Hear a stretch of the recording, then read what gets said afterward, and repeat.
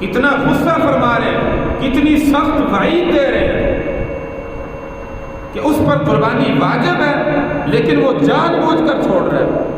تو ایسا بندہ ہماری عیدگاہ کے قریب نماز پڑھنے کے لیے بھی نہ آئے۔ تو اس وعید کو سامنے رکھتے ہوئے میرے بھائی، جیسے پورا سال جو ہے وہ ہم اپنی مصروفیات میں سے اپنے اوپر خرچ کرتے ہیں، اس طرح عید الاضحیٰ کے موقع پر بھی یاد رکھیے کہ یہ ہمارے اوپر قربانی واجب ہے۔ ہاں اگر آپ صاحب نصاب نہیں ہیں، اتنی ملکیت آپ کے پاس موجود نہیں ہے، پھر ٹھیک آپ قربانی نہ کریں۔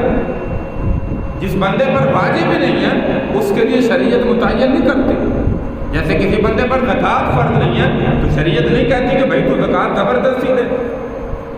جس بندے پر زکوٰۃ فرض ہوگی اسی کو شریعت حکم دیتی ہے کہ غرباء کا خیال رکھے، حاجت مندوں کا خیال کرے۔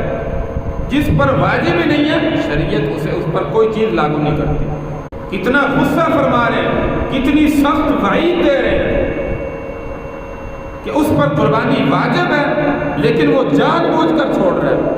تو ایسا بندہ ہماری عیدگاہ کے قریب نماز پڑھنے کے لیے بھی نہ آئے۔ تو اس وعید کو سامنے رکھتے ہوئے میرے بھائی، جیسے پورا سال جو ہے وہ ہم اپنی مصروفیات میں سے اپنے اوپر خرچ کرتے ہیں، اس طرح عید الاضحیٰ کے موقع پر بھی یاد رکھیے کہ یہ ہمارے اوپر قربانی واجب ہے۔ ہاں اگر آپ صاحب نصاب نہیں ہیں، اتنی ملکیت آپ کے پاس موجود نہیں ہے، پھر ٹھیک آپ قربانی نہ کریں۔